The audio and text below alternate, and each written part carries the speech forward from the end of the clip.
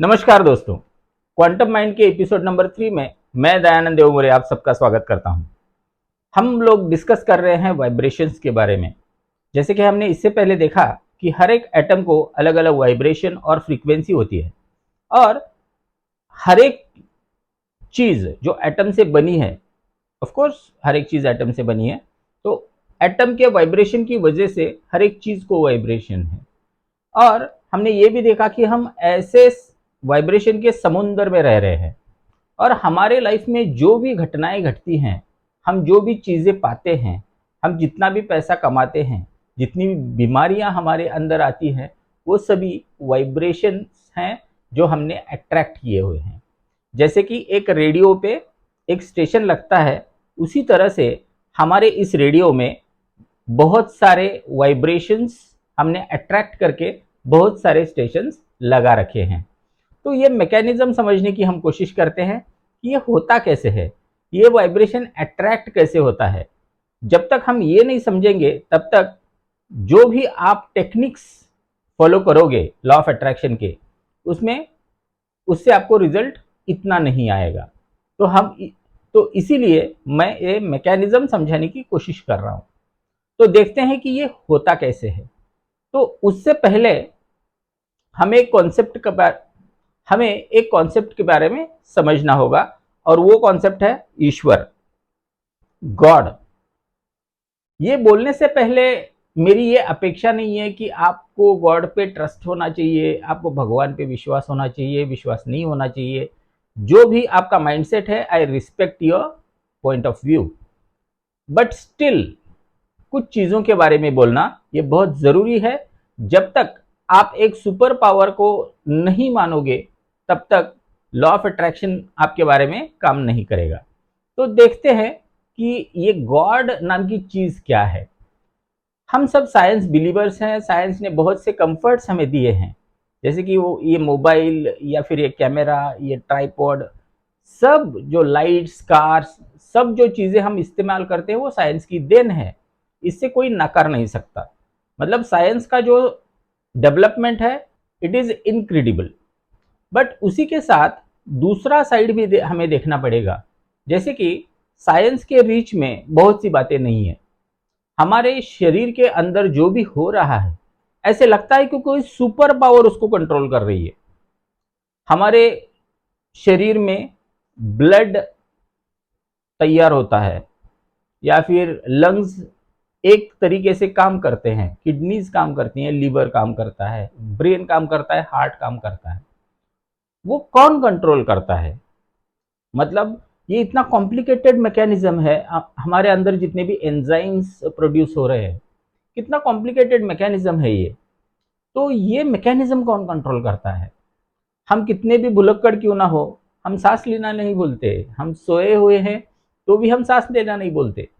तो ये कौन करा रहा है हमसे? तो शायद कोई ऐसी पावर है जो हमसे सुप्रीम है, बहुत ही सुप्रीम है, जो ये सब करा रही है। अपने शरीर के बारे में वैसे तो बोलने लायक बहुत कुछ है, जैसे कि जॉइंट्स हैं हमारे शरीर के, ये उंगलियां ऐसे ही क्यों मुड़ती हैं, घुटना अगर उल्टा मुड़ गया तो क्या होगा। मतलब ये बहुत सोचा समझा पूरा स्ट्रक्चर है हर एक प्राणी का, हर एक पक्षी का। हमारे शरीर के बाहर जाके हम देखें तो भी हमें मिरेकल्स दिखेंगे।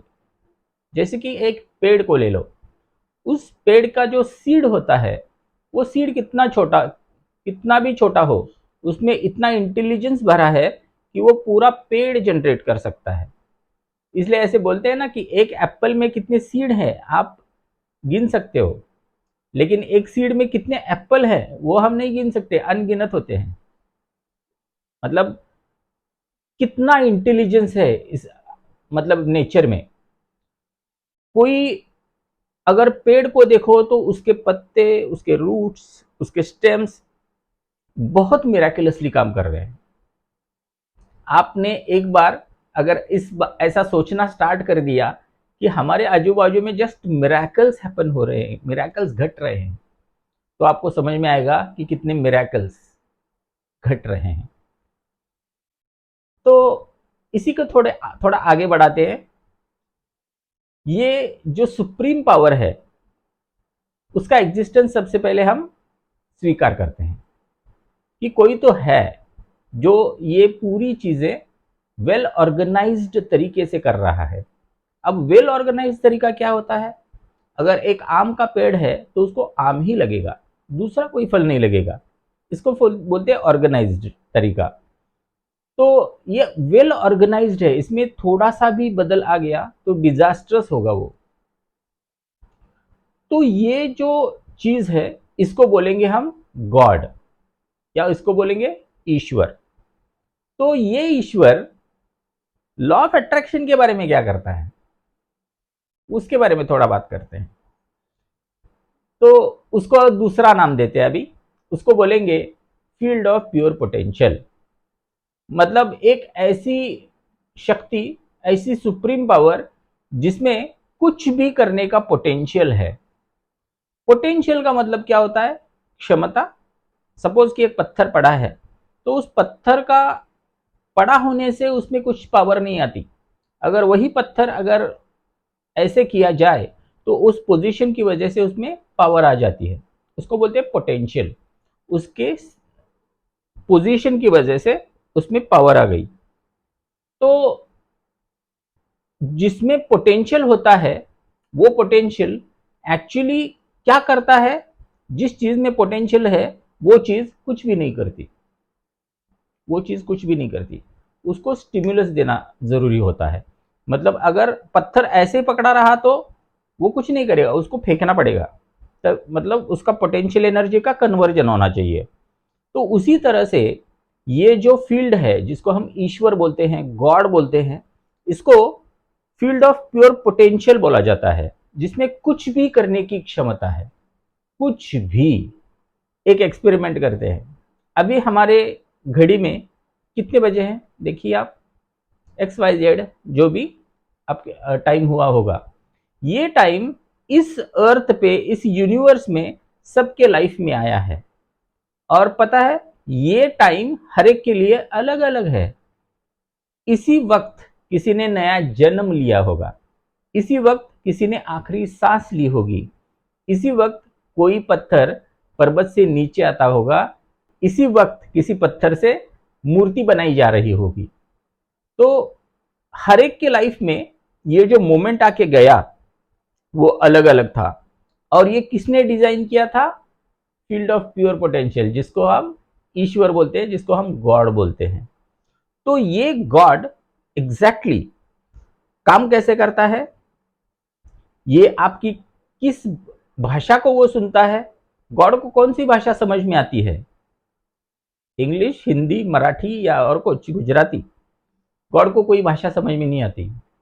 उसको एक ही भाषा समझ में आती है, वाइब्रेशंस की।